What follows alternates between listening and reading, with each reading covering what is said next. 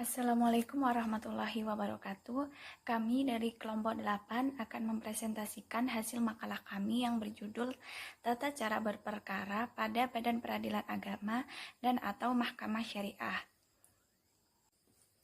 Yang pertama, pengertian dan sumber hukum formil peradilan agama atau Mahkamah Syariah.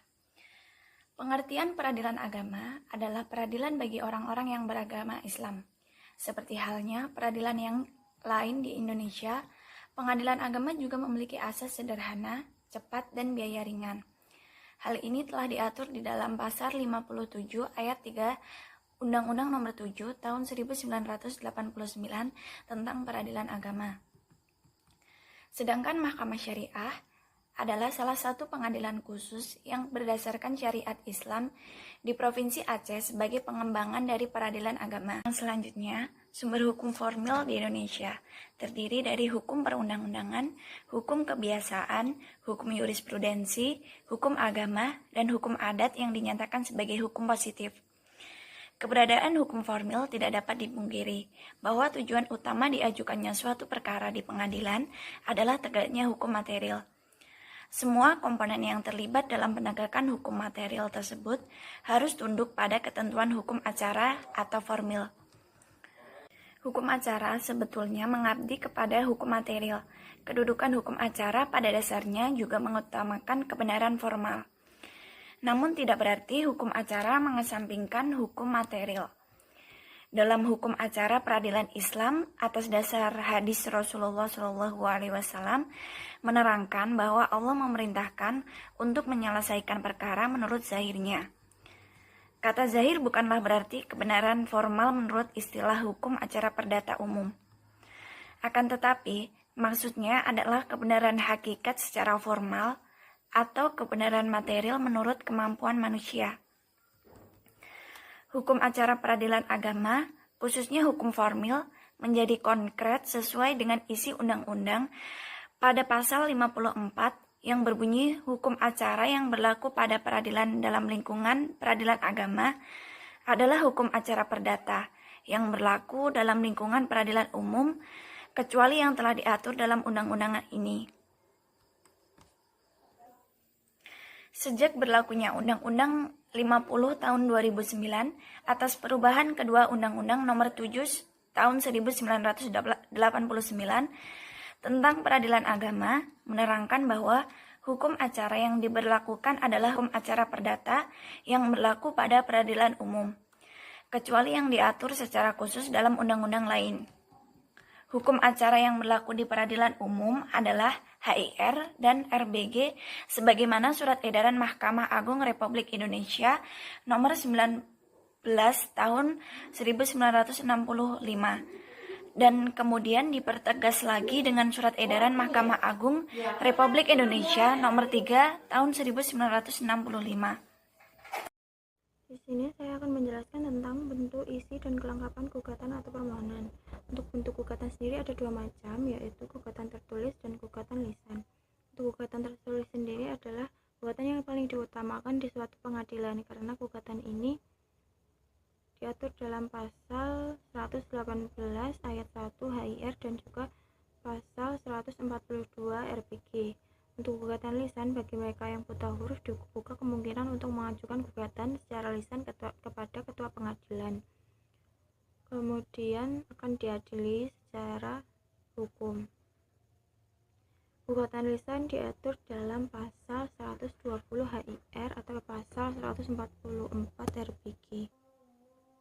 Untuk isi gugatan sendiri, menurut pasal 8 RBG, gugatan harus memuat identitas para pihak, dasar atau dalil gugatan atau posita, fundamentum, petendi berisi tentang peristiwa dan hubungan hukum, kemudian tuntutan atau petitum yang terdiri dari tuntutan primer dan tuntutan subsidiar atau tambahan. Untuk identitas para pihak adalah keterangan yang lengkap dari pihak-pihak yang berperkara, meliputi nama, tempat tinggal, pekerjaan, dan jika dimungkinkan ada tentang agama, umur, dan status perkawinannya. Kemudian untuk dasar atau dalil gugatan atau posita atau fundamentum, petendi berisi tentang peristiwa dan hubungan hukum, yaitu Pendapatum petendi atau posita adalah dasar dari gugatan yang memuat tentang adanya hubungan hukum antara pihak-pihak yang berperkara. Terdiri dari dua bagian, yaitu yang pertama, uraian tentang kejadian-kejadian atau peristiwa-peristiwa yang merupakan duduk perkaranya. Kemudian yang kedua, uraian tentang hukumnya. Yang dimaksud ini adalah uraian tentang adanya hak atau hubungan hukum yang menjadi dasar yuridis dari gugatan.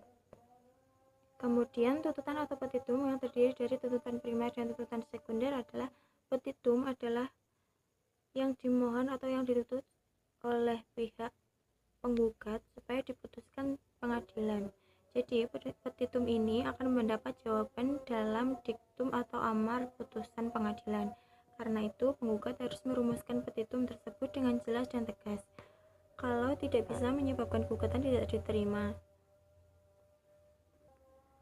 Kemudian isi permohonan. Isi permohonan harus memuat identitas pemohon. Yang dimaksud dengan identitas pemohon adalah ciri-ciri dari pemohon, seperti nama, pekerjaan, dan tempat tinggal atau domisilinya. Kemudian harus ada uraian kejadian. Uraian kejadian ini merupakan penjelasan duduk perkara tentang adanya hak atau hubungan hukum yang menjadi dasar yuridis dari status. Tentang uraian yuridis tersebut tidak harus menyebutkan peraturan perundang-undangan yang dijadikan dasar, melainkan hanya hak atau peristiwa yang harus dibuktikan di dalam persidangan nanti, sebagai dasar yang memberikan gambaran tentang fakta material. Kemudian yang ketiga, isi permohonan harus ada permohonannya secara yuridis, yaitu permasalahan perdata yang diajukan dalam bentuk permohonan yang ditandatangani pemohon atau kuasanya yang ditunjukkan kepada ketua pengadilan. Permohonan dapat disebut juga sebagai gugatan volunter, di mana gugatan permohonan dilakukan secara sepihak tanpa ada pihak lain yang ditarik sebagai tergugat.